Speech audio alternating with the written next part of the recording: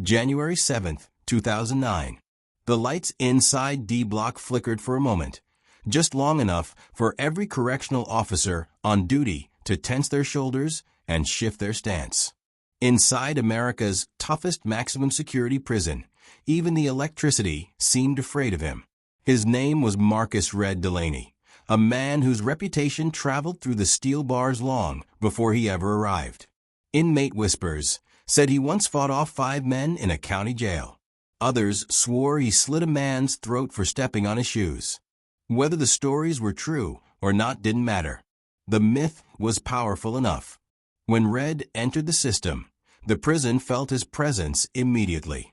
He had the kind of stare that made even violent men look away, not out of weakness, but because they sensed something unstable behind his eyes. Something cold. Something that had nothing left to lose. Guards treated him like a walking storm. Inmates kept their distance.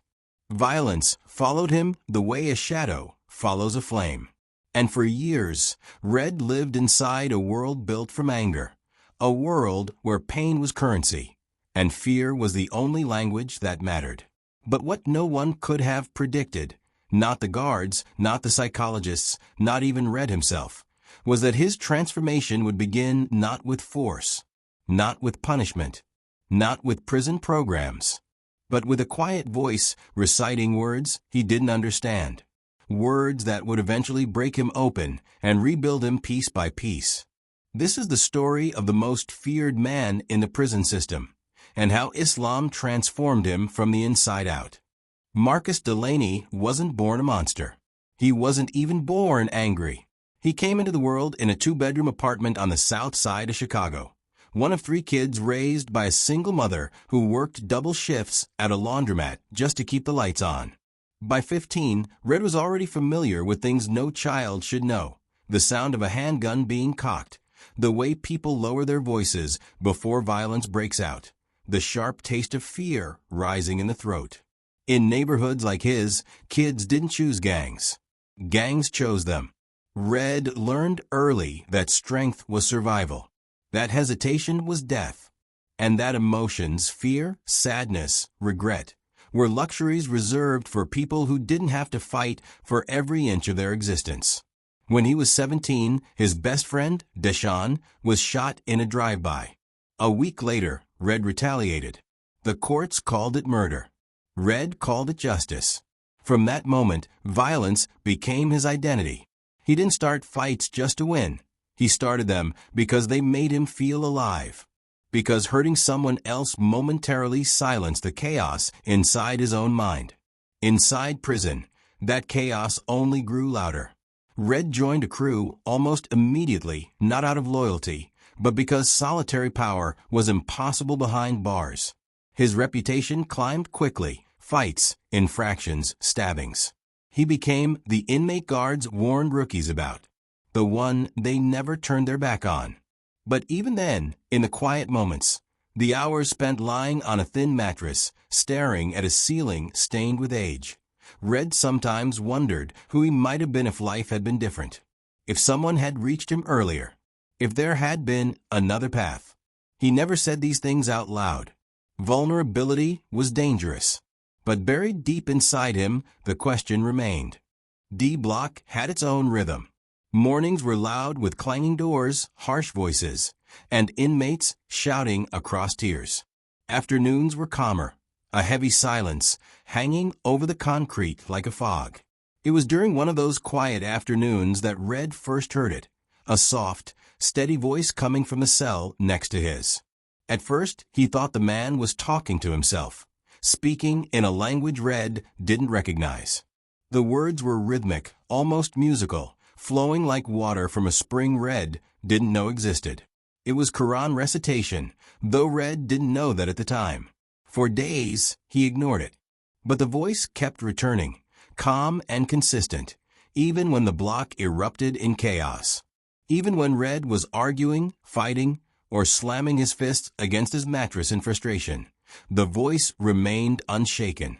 Finally, curiosity got the better of him. One evening, during count, Red called through the vent. "Yo, what you doing over there? You praying or something?" A gentle laugh came from the next cell. Nah, brother. I'm reciting Quran. Red frowned. Religion had never meant anything to him. He'd been to church maybe twice as a kid, but it felt like a world built for people who had hope. What's that supposed to do for you in here? Red asked. The man answered simply, it gives me peace. Peace. Red didn't say it out loud, but the word hit him like a punch. The man introduced himself as Kareem, an older inmate serving 20 years for armed robbery. Kareem's voice was calm in a way Red had never heard before, not soft, not weak, just steady, grounded. Over the next few weeks, their conversations grew. Short exchanges at first. Simple questions. Small jokes. Then deeper conversations about life, anger, pain, and choices. For the first time in years, Red found himself listening. Transformation rarely starts with clarity. Most times, it starts with collapse. For Red, that collapse came on a scorching July afternoon. A fight broke out in the yard.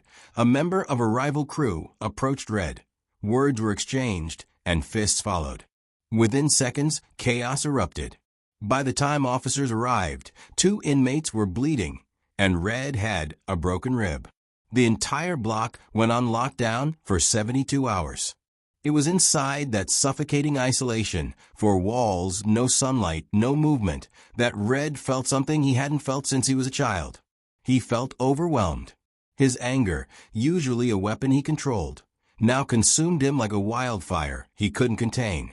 Memories he'd buried came rushing up, Deshawn's death, his mother crying at his sentencing, the faces of men he'd hurt. For the first time in years, Red felt something crack inside him.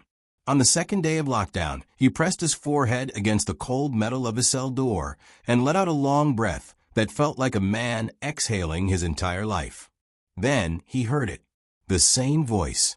The same soft, calm recitation from next door. Kareem was praying. Even locked down, even injured, even exhausted, he prayed. Red called out, his voice hoarse. Man, how do you stay so calm in here? Kareem paused his recitation and replied quietly, because before I found Islam, I was you. Angry. Lost. Searching for peace in the wrong places. Islam didn't make me perfect. It just gave me something stronger than my anger. Red leaned back on his mattress, staring at the ceiling. For the first time in years, he wondered if his life could be different. When the lockdown ended, Red expected things to go back to normal. More fights, more tension, more survival. But something had shifted. Kareem invited him to the Friday prayer service held in the multipurpose room, a quiet gathering supervised by 2 guards. Red hesitated. Religion still felt foreign, and he didn't want anyone thinking he was soft. But curiosity overpowered pride. He went. Inside that small room, Red saw something he had never witnessed in prison. Unity. Men from different races, black, white, Arab, Hispanic, standing shoulder to shoulder, praying together. No gangs. No politics. No hostility. Just discipline. Just calm. Just a sense of direction he had never known. The Imam spoke about forgiveness, about discipline, about responsibility, about changing one's life even when surrounded by chaos. Red sat in the back, arms crossed, pretending not to listen, but every word landed. After the service, one of the older brothers placed his hand on Red's shoulder. You're welcome here anytime. Red didn't know how to respond. No one had welcomed him anywhere in a long time. Over the next few weeks, Red asked Kareem more questions. What does prayer actually do? What does Islam say about people who've done bad things? Does it really change a person? Kareem never pressured him, never preached. He simply explained, simply answered, simply showed through his own behavior that peace was possible even behind bars. One day, after a long conversation, Red admitted quietly, Man, I don't even know if peace is something I deserve. Kareem smiled softly. That's the beauty of it. Islam teaches that God's mercy is bigger than your past. You're not defined by where you started, only by where you decide to go. For the first time in his adult life, Red felt a sense of hope, a feeling he barely recognized. It happened on a rainy October evening.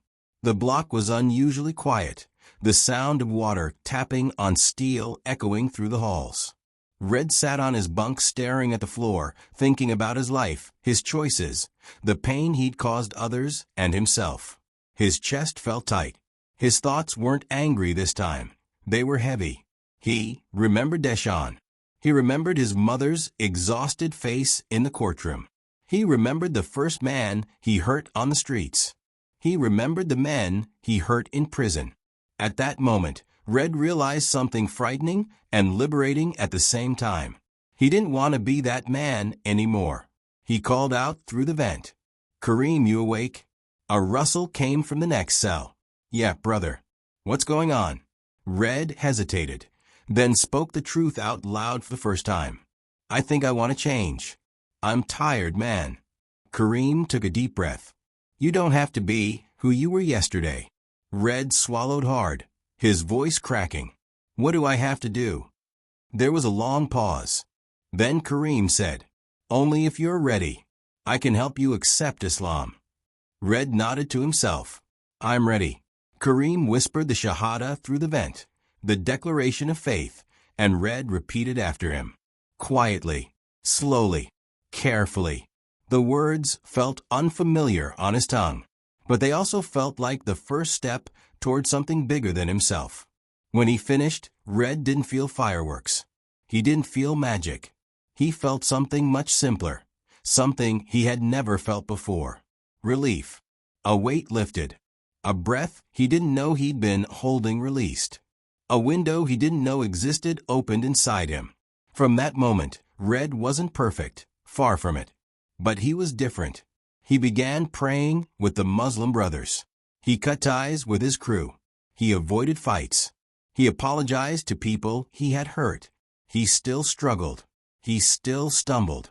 But he kept moving forward. And slowly, the prison noticed. In maximum security prisons, change is rare. Real change is almost unheard of. But Red's transformation wasn't subtle. It was visible, noticeable, and impossible to ignore. Guards who used to tense up around him now saw him sitting with a Quran in his lap, reading slowly, patiently. Inmates who once crossed the yard to avoid him now watched him mediate disputes instead of starting them. Even the warden, a man who had seen thousands of inmates come and go without changing an inch, remarked during a staff meeting, "That Delaney guy, he's different. Keep an eye on him." In a good way. Red didn't seek attention. He wasn't trying to impress anyone. He simply followed the discipline that Islam demanded.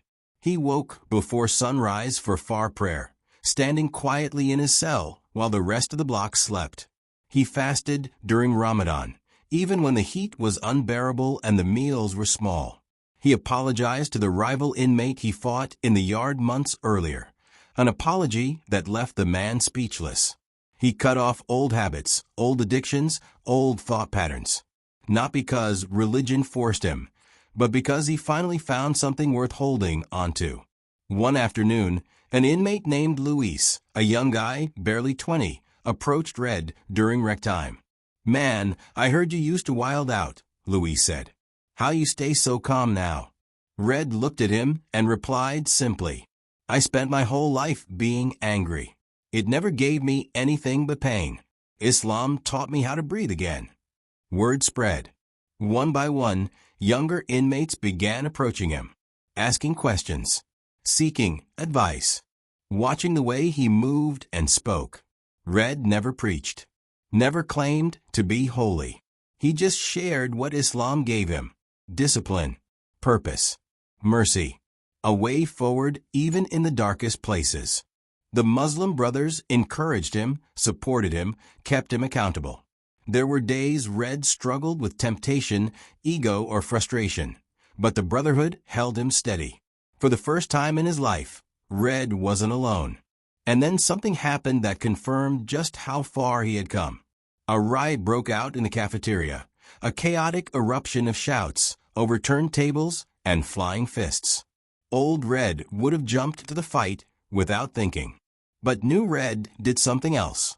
He pulled a younger inmate to safety, shielded him behind a pillar, and refused to throw a punch even when he was shoved. The guard saw it. The inmate saw it. Everyone saw it. Red wasn't the same man. His transformation wasn't a rumor, it was real. Years passed. Red became a quiet legend, not for violence, but for change. He earned his GED, completed anger management, volunteered in the prison literacy program, memorized several chapters of the Quran. His mother, who once cried every night over the son she thought she lost, now visited with tears of relief. "I got my baby back," she whispered through the glass. Red smiled, something he hadn't done sincerely in decades. But the biggest change wasn't what people saw. It was what Red felt. For the first time in his life, he could sit alone without feeling overwhelmed. He could think without wanting to break something. He could look at his past without drowning in regret. Islam didn't erase his mistakes. It transformed his relationship with them. He prayed for the people he hurt. He prayed for the friends he lost. He prayed for guidance, discipline, and mercy. And he prayed for peace, not the kind that came from control or fear, but the kind that came from surrendering anger to something bigger than himself. The prison chaplain once said, "In all my years, I've never seen a transformation like this." Red didn't take pride in those words. He took responsibility. He mentored younger inmates, breaking the cycle he once fell victim to. He helped resolve conflicts before they turned violent. He encouraged men to read, to think, to reflect. Red wasn't trying to be a saint. He was simply trying to be better than the man he used to be. In his final years, even correctional officers sought him out for advice. One guard approached him after shift change. "I don't know what Islam did for you, Delaney, but whatever it is, keep doing it." Red just smiled. Eventually, parole was granted, something no one predicted. When Red walked out of the prison gates, he wasn't the feared inmate the system once knew. He was a man rebuilt, a man grounded, a man peaceful, a man grateful. And as he stepped into the sunlight, Red whispered the same prayer he had whispered every morning. "Thank you for giving me another chance."